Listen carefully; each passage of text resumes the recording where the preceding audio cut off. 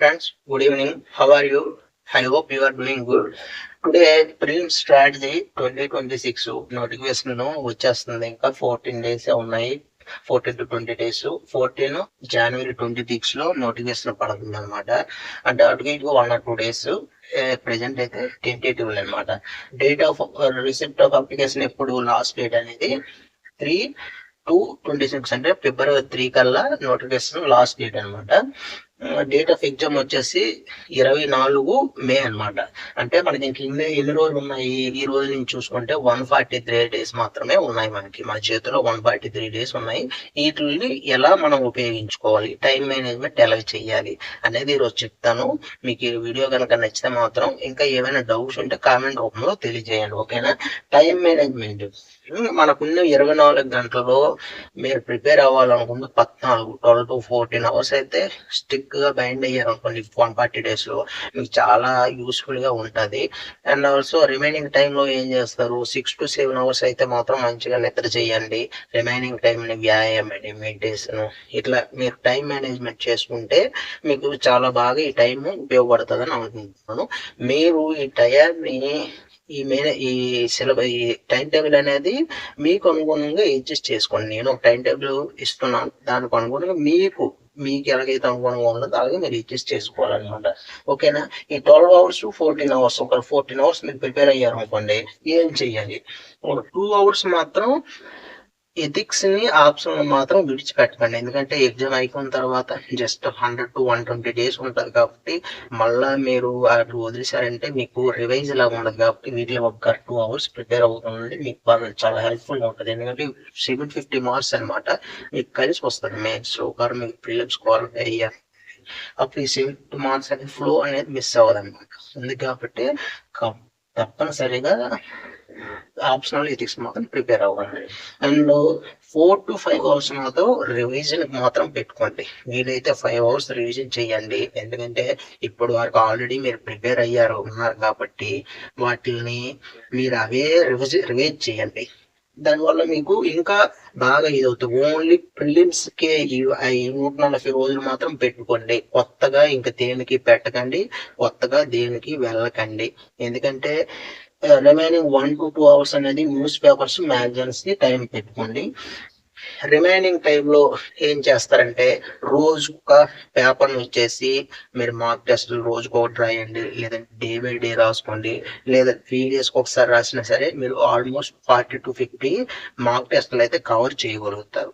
మీరు కొత్తగా మళ్ళా స్టార్ట్ చేద్దాము అని అనుకుంటే మాత్రం ఈ ప్రిలిమ్స్ ని మీరు వదులుకోవాల్సి వస్తుందన్నమాట. ఇలాంటి మిస్టేక్స్ చేయకండి. ఒకవేళ 2025లో మీరు ఇలాంటి మిస్టేక్లు చేస్తే నేను ఇప్పుడు ఏవైతే చెప్పానో వాటికి బైండ్ అయ్యారు అనుకోండి, మీరు ఈజీగా ప్రిలిమ్స్ క్వాలిఫై అవుతారన్నమాట. అంతేగాని తొందరగా పరిగెట్టకండి. పీస్ఫుల్ గా ప్రిపేర్ అవ్వండి. నీతి నిజాయితీతో ప్రిపేర్ అయితే ఈ ఎగ్జామ్ అనేది, ఈ డీడే అనేది మీదనమాట. కాబట్టి ప్రిలిమ్స్ ఎలా ప్రిపేర్ అవుతారో నేను చెప్పాను కదా, దీనికి అనుగుణంగా మీరు ప్రిపేర్ అవ్వండి. ఆ తర్వాత ఏం చేస్తారు? ప్రిపేర్ అయిన తర్వాత ఒకవేళ మీరు స్టార్ట్ చేసి ఉండే వారికి ఇదంతా నేను చెప్పాను.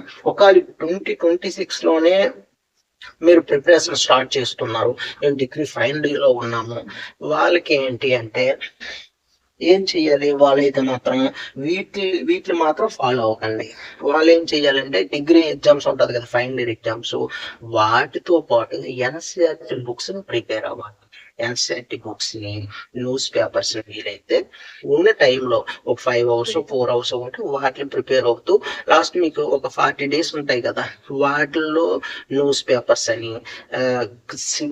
పేపర్ 2 సీసెట్ ఉంటుంది కదా, దానికి మీరు బాగా చదవండి. మీకు నెక్స్ట్ ఇయర్ కి ఓకే మన సీసెట్ మార్కులు సాధించాం ఈ 40 డేస్ లో, సో మనం కంటిన్యూస్ గా 1 అవర్ ప్రిపేర్ అయితే ఇంకా బెటర్ గా స్కోర్ చేయొచ్చు అని మీకు ఒక అవగాహన వస్తుంది అనమాట.